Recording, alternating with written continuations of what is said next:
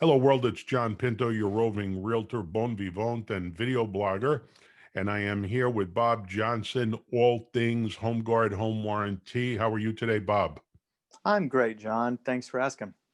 You're always so relaxed. I love that. Hey, we're trying to be casual and a little educational, and I think we're having a great time doing it. Very good. And Rafael Betances, all things home guard concierge. How are you today? I'm doing great. Doing great. Excellent. So today we're going to talk about septic tank, and I'll kind of preface this by saying, as everyone has seen in the news, vacancy rates are up in apartments in San Francisco and New York. People are untethering from their offices and teleworking.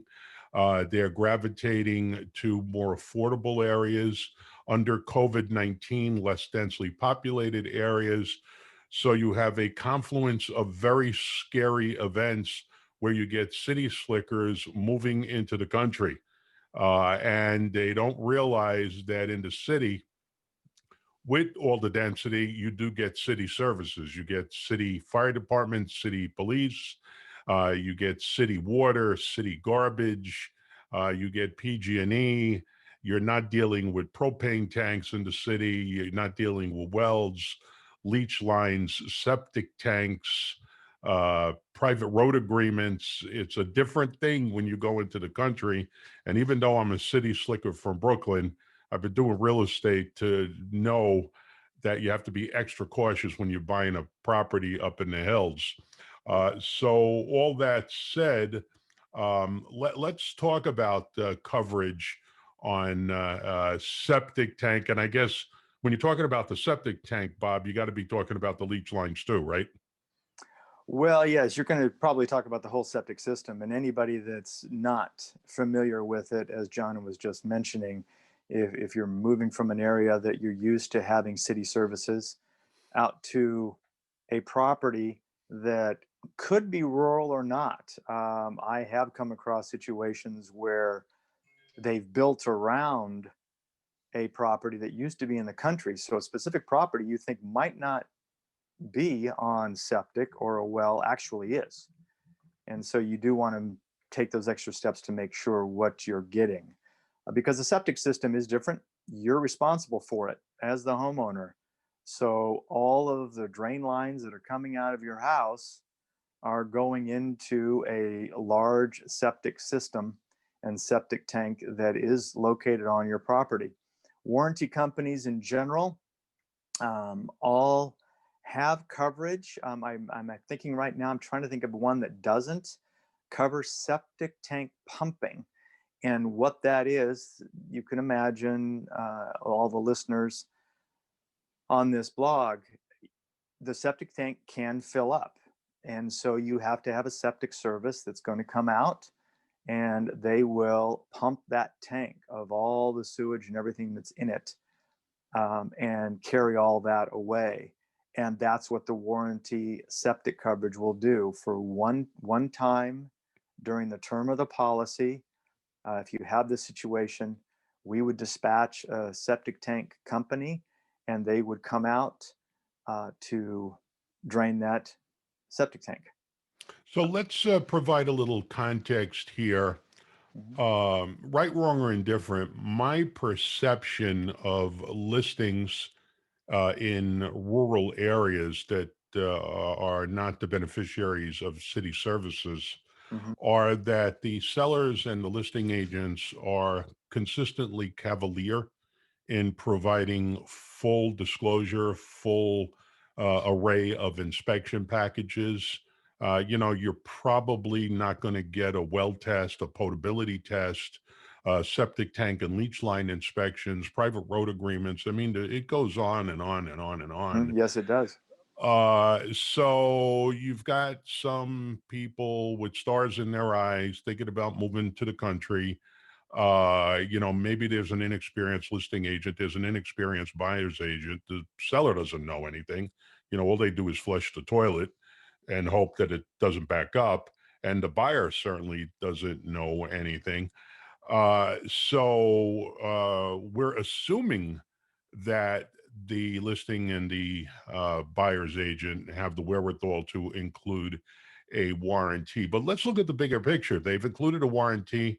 Mhm. Nobody has been anticipating, being proactive in ordering the inspection of the leach lines and the septic tank.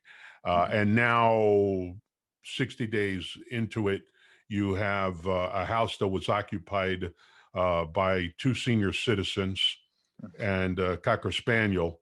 Right. And now there's husband and wife, four kids, and they've got a granny unit with the grandparents in it. And you've got, 7, 8 people living over there. And I'll let you talk about what happens and what the fallout is vis-a-vis home warranty claims and inspections.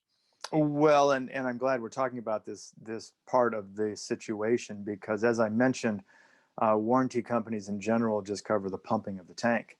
We don't Mhm. get involved with one of the important aspects, and that's the leach field. A lot of time, if the leach field goes bad, this is a very high dollar cost um, fix. This is not something that would be cheap to the new owner of the property. So, getting the inspections that John has just mentioned is highly recommended, so you know what you're getting into. The professionals here are going to be able to evaluate that system, the life of that system, what you might be dealing with in the near term before you get involved with it. Because you're right, you get a different type of family moving in, and that system might have a problem accommodating it. Okay, so for the purposes of this video, a home guard home warranty covers a pumping of the septic tank in their home warranty if the need comes up. Correct. And I Correct. guess how the consumer, the insured, knows the need comes up is they're starting to have backups. Is that correct? They're going to have backups. They're going to have problems with the system. There's one thing that goes along with a septic in some cases, and those are sewer ejector pumps. That's a separate topic. Maybe we'll cover on another video, because there is coverage for those. A lot of the warranty companies have coverage for those. They're not related to the septic tank option. So you really don't have to worry about that as the consumer. There is one final thing before we get off this I want to mention to our guests, and that is that if the property is in a rural setting and maybe you are on city services now, you might want to have the wherewithal to check to see, when they had septic before, did they remove the tank? And I say this because I had personal experience with a property that all of a sudden the new owners noticed about 6 months after they moved in, there was water congealing in the backyard, and they didn't have any idea what it was from. And upon investigation, found out that an abandoned septic started leaking. Mm. And that residue from the tank was now coming into their backyard. They did not do that extra step of realizing, hey, wait a second, this property is in the rural area that was converted over to city line, but they never checked to see if there was a septic still on the property. And through inspection, through the experts, they can find the access point of tanks on properties and be able to assist you in addressing what could be a concern. To finish out that story, it turned out, because of damage, this turned into a homeowner's insurance claim. And they had to have that tank removed, which means digging up all that landscape you might have just put in as a new buyer moving into the property. They had to dig it all up to be able to get the tank out. Excellent. Thank you for imparting that. So I guess the words for the wise, as far as I'm concerned, is a conversation about septic tank pumping coverage. And what was the other item that you mentioned? The pump? The sewer ejector pumps. Yeah.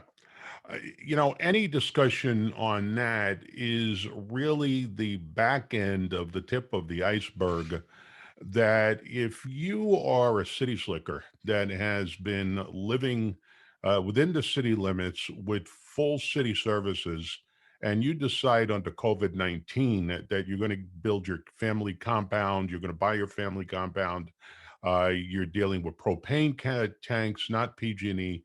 You're dealing with generators, not PG&E. You're dealing with wells, not your municipal water supply.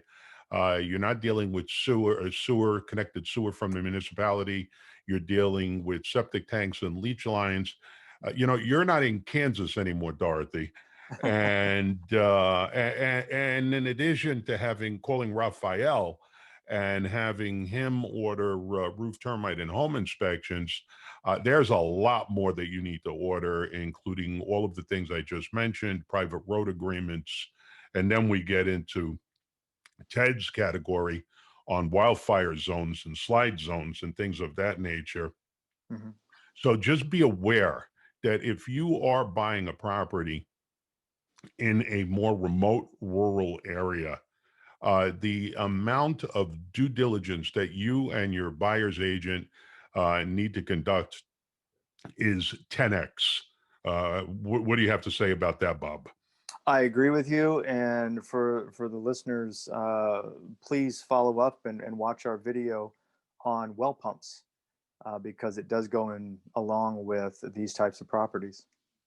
Oh, well pumps. I'm going to have to get my hands on that and stick it on the playlist. So, Raphael, Bob and I continuing to amaze you with the amount of information that we are imparting. Absolutely. I tell you, there's different rabbit holes, like we always say. You think that we're gonna come across with a short one, but it always goes long. Realtors have existed for over 100 years for a reason. Yeah. Everybody talks about, websites taking the place of realtors and automating the process. No, that is not going to happen. That is not going to happen. You just need the experience. You need the expertise. Mhm. So, Raphael, if someone wants to call you to order roof termite home inspections or just to access your treasure trove of information, how do they contact you? Absolutely. You guys can feel free to text me or call me at 707-616-8762, or you can email me at rbetances@homeguard.com. That's the letter R, my last name at homeguard.com. Gentlemen, thank you again for accompanying me down that huge rabbit hole. Some rabbit holes are bigger than others. And I think this is one of the bigger ones. And thank you all for tuning in, and we will see you on our next video.